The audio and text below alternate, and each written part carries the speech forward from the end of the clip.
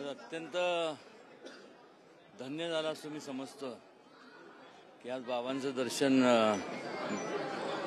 अप्रत्यक्षात मला मिळालं, प्रत्यक्षात अप्रत्यक्षात.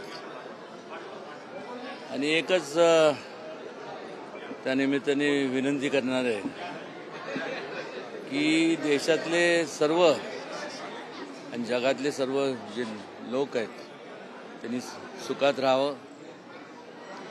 बऱ्याचशा गोष्टी जे किंवा साईबाबांची जी काही शिकवण होती त्यातनं आपल्याला बरंच श्रद्धा, सबुरी, बरंचसं काही या दोन शब्दात एवढा मोठा अर्थ आहे.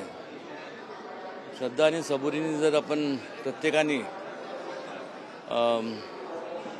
आपलं जीवन जगलं तर जे युद्ध होतात ते युद्ध आपल्याला म्हणजे होणार नाही.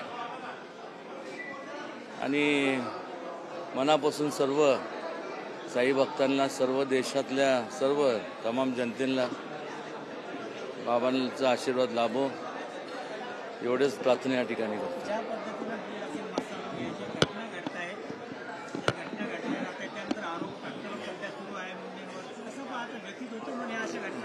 नाही, एक लक्षात घ्या, आज आपण बाबांच्या दर्शनाला आलोय, विषयांतर करू नका.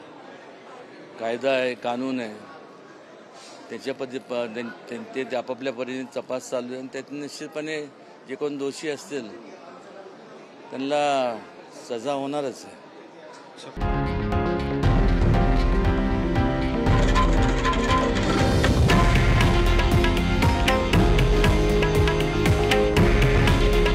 हे आहे देशातील नंबर 1 न्यूज नेटवर्क आणि आपण पाहत आहात TV9 मराठी. काळजी तुमची, हित महाराष्ट्राचं.